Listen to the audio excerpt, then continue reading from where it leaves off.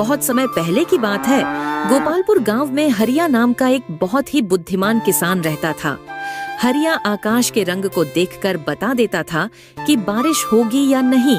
हरिया के पास जमीन का एक छोटा सा टुकड़ा था जिस पर वह खेती करके अपना और अपने परिवार का पालन पोषण करता था। फिर एक दिन की बात है, हरिया अपने खेत में काम कर रहा होता है। तभी उसके सामने गांव के सेठ अमीर चंद जी आते हैं और हरिया से कहते हैं, अरे भाई हरिया, बड़ी जोर शोर से खेती करने में लग गए हो। क्यों इतना पसीना बहाते हो? इस खेत को मुझे दे दो और मेरे यहाँ काम पर लग जाओ। दरअसल सेठ अमीर चंद हमेशा से हरिया से चिढ़ता था, क्योंकि खेत का टुकड़ा सेठ के खेत से जुड़ा हुआ था। सेठ अमीर चंद चाहता था कि हरिया के खेत को वैसे भी हथिया ले, लेकिन हरिया अपनी खेत नहीं देना चाहता था। हरिया सेठ अमीर चंद से कहता है, नहीं सेठ जी, मैं तो इसी खेत के टुकड़े से पल रहा हूँ। मैं ये खेत आपको दे दूंगा तो मैं सड़क पर आ जाऊंगा। लेकिन अब कोई बात नहीं, क्योंकि मैं मेरे दिमाग में सोच लिया हूं कि इस बार ऐसे फसल करूंगा कि दुगनी कमाई हो जाएगी। फिर एक दिन देखना, आपके वाला खेत को भी मैं अपने में मिला लूंगा। सेठ अमीर चंद ने यह बात सुनी तो चौंक गया और अपने मन में बोलने लगा, अरे बाप रे, ये कौन से खेती करने जा रहा है? मुझे पता लगाना ही चाहिए। ये तो वैसे भी बहुत होशियार है। अरे भाई हरिया, पर तुम खेती किसकी करने जा रहे हो? जरा हमें भी बताओ तो। अरे सेठ जी, ऐसे नहीं बताऊंगा, या ये थोड़ा अंदर की बात है। वह जमीन कम है ना मेरे पास, तो उसका गणित नहीं बैठ रहा है। मैं आज रात में आकर इसका हिसाब किताब लगाऊंगा। हरिया इतना कहने के बाद वहाँ से अपने घर की ओर चला जाता है, मगर हरिया सेठ अमीर चंद के सर में दर्द कर गया और सेठ अमीर चंद सोचता रहा कि आखिर हरिया करना क्या चाहता है। फिर थोड़ी ही देर बाद रात हो गई तो हरिया हल लेकर अपने खेत की ओर निकलने ही वाला था कि तभी उसकी पत्नी कमला ने हरिया को रोका और कहने लगी, अरे इतनी रात में हल लेकर कहाँ जा रहे हो जी? अरे भाग्यवान, शांत रहो। अपने पास कम खेत है, इसकी वजह से फसल नहीं हो पा रही है, तो मैंने एक तरकीब सोची है। देखना, इस बार इतना अनाज पैदा कर दूंगा कि साल भर खत्म नहीं होगी।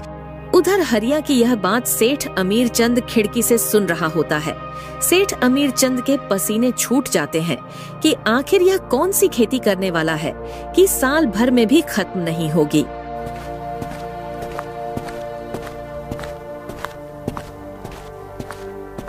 और सेठ अमीर चंद हरिया के पीछे पीछे उसके खेत तक जाता है और एक पेड़ के नीचे में जाकर छुप कर देखने लगता है।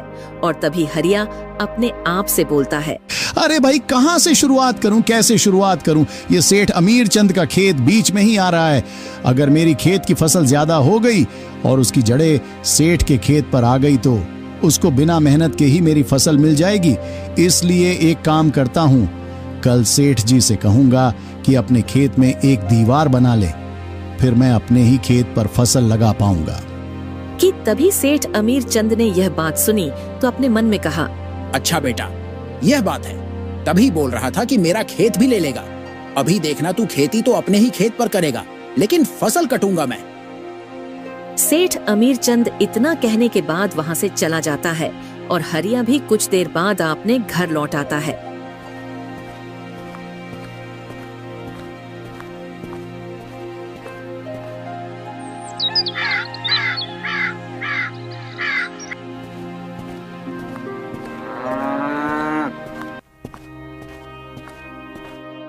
फिर अगली सुबह जब हरिया सेठ अमीर चंद से मिला तो उसने कहा, अरे सेठ जी, आपसे थोड़ी सी बात करनी थी। हाँ हरिया, कोई भी बात कर, लेकिन मैं अपने ही खेत पर दीवार खड़ी नहीं करूंगा। ठीक है, बात खत्म। लेकिन सेठ जी, मैं कब आपसे ऐसा कहा? अरे हाँ हरिया, मुझे पता है तुम यही कहने वाले थे, क्योंकि खेत जो कम है तुम्हारे पास। यह कहकर सेठ अमीर चंद मुस्कुराता हुआ वहाँ से चला जाता है।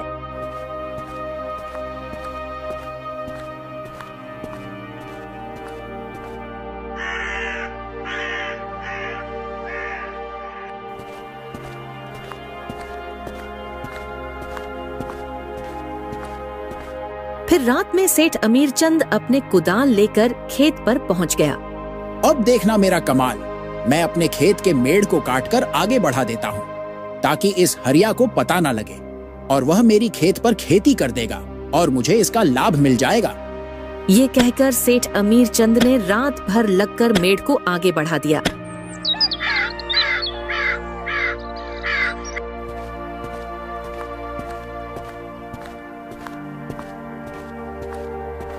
जब अगली सुबह हरिया और उसकी पत्नी कमला खेत पर पहुंचे,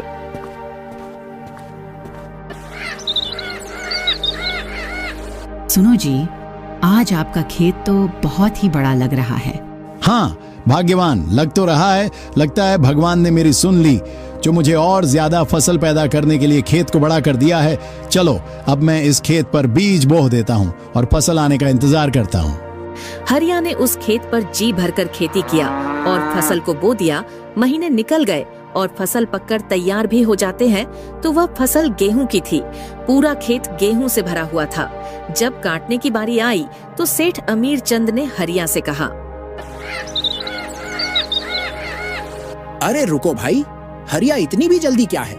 जिसके खेत में तुमने फसल उगाई है उसी को भूल गए। यह बढ़ी हुई जगह मेरी है। अरे क्या बात कर रहे हो सेठ जी? मैंने तो आपसे जगह मांगी नहीं, तो आपने बड़ा क्यों दी? वह मुझे नहीं पता, इसलिए इस बढ़ी हुई जगह का मालिक मैं हूँ। मैंने ही मेड़ को आगे बढ़ा दिया था ताकि तुम्हारे फसल की जड़ें मेरे खेत में आए और मुझे भी इसका लाभ मिल सके। अच्छा तो ये बात है सेठ जी, लेकिन सेठ जी मेरे पास खेत कम था, इसलिए मैंने मन में विचार लाया था कि काश ऐसा हो जाए, लेकिन आपने तो सच में मान लिया।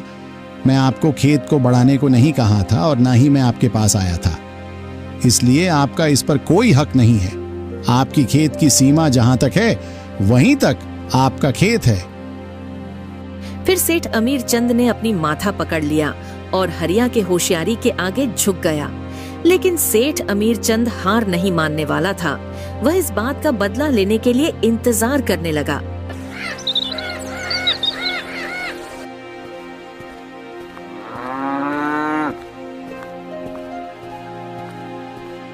फिर एक समय की बात है, हरिया बहुत बीमार हो गया और धन की फसल की बुवाई आने का समय भी हो गया था। सेठ अमीरचंद उसकी हंसी उड़ाने के लिए उसका घर पहुंच गया।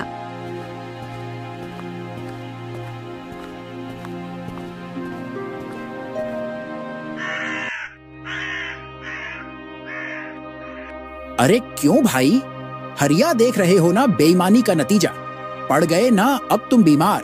खेत को कौन जोतेगी?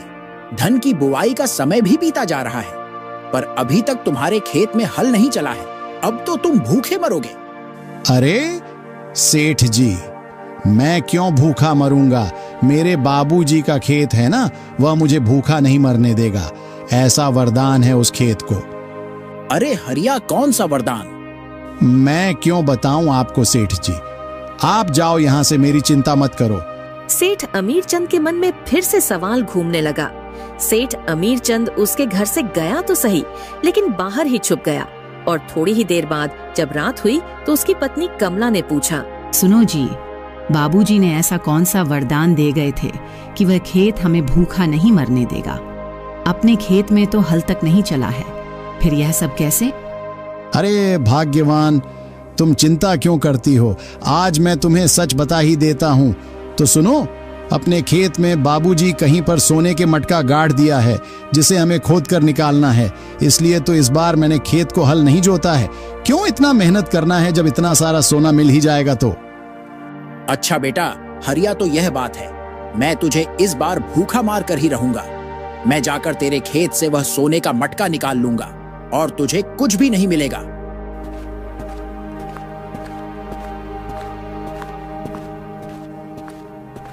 अब फिर क्या था? सेठ अमीरचंद कुदाल लेकर रात में पहुंच गया हरिया के खेत पर। फिर पूरे खेत को कुदाल से खोद डाला, फिर भी उसे मटका नहीं मिला।